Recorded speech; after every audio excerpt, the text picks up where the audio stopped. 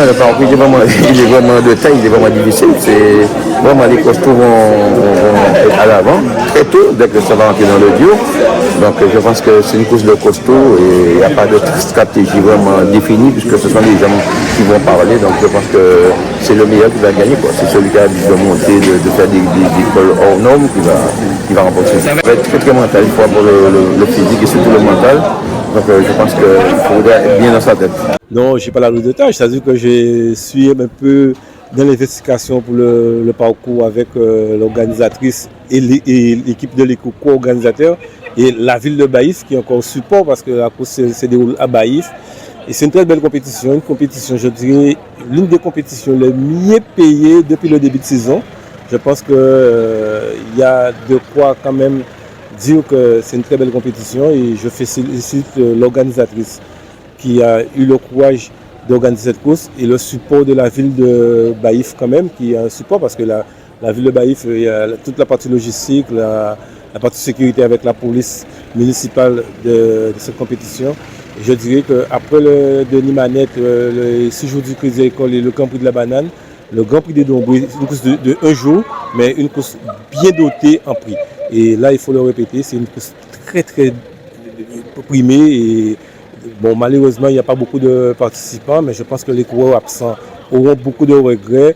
Bon, c'est une course 80 km, ça va vite, ça ira très vite, mais c'est pas la course en elle-même, il n'y a pas beaucoup. C'est vrai, il y a des difficultés, mais c'est pas les difficultés qui font l'absence des cyclistes. Je pense que la course est placée au mois de mai, beaucoup de cyclistes ont préféré relâcher, mais je pense qu'ils pouvaient être présents, ils pouvaient avoir plus de coureurs.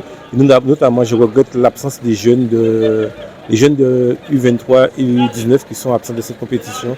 Ils auraient dû être présents aujourd'hui.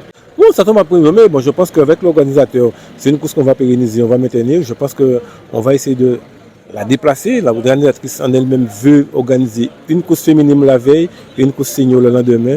Je pense que c'est toujours un bien pour avoir les cyclistes. On parle souvent de Sud-Bastère, qu'il n'y a pas beaucoup d'organisation, il n'y a pas beaucoup de choses.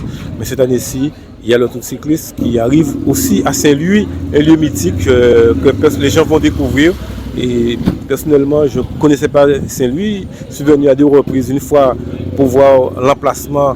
Et je pense que c'est un beau site. Et le site Bastère doit être doté en plus de beaucoup de compétitions.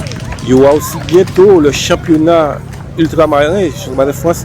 Le départ aussi sera à Baïf. Le départ du contre-la-montre sera devant la mairie de Baïf. Je pense que Baïf sera primé le mois de mai, le mois de juin, au mois d'août. Et il y aura des belles choses sur le site Bastère. Ah bien sûr, parce qu'il faut faire pour en avoir. Et si on ne fait pas, on dit toujours on ne fait pas.